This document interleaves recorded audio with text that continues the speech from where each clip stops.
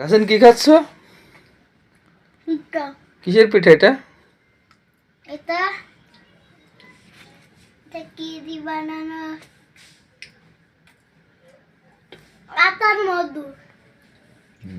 আটা আর মধু। হ্যাঁ। এই পিঠার নাম কি তুমি জানো? এই পিঠার নাম পিঠা।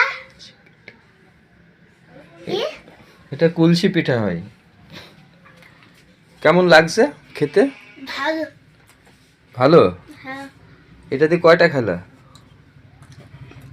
একটা। একটাই খাচ্ছ কেবল? আর খাবা না? খাবো। আর কয়টা খাবা?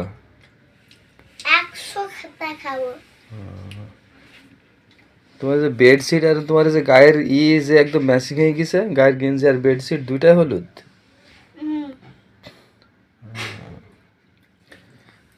আর অন্য পিঠা খাবা না?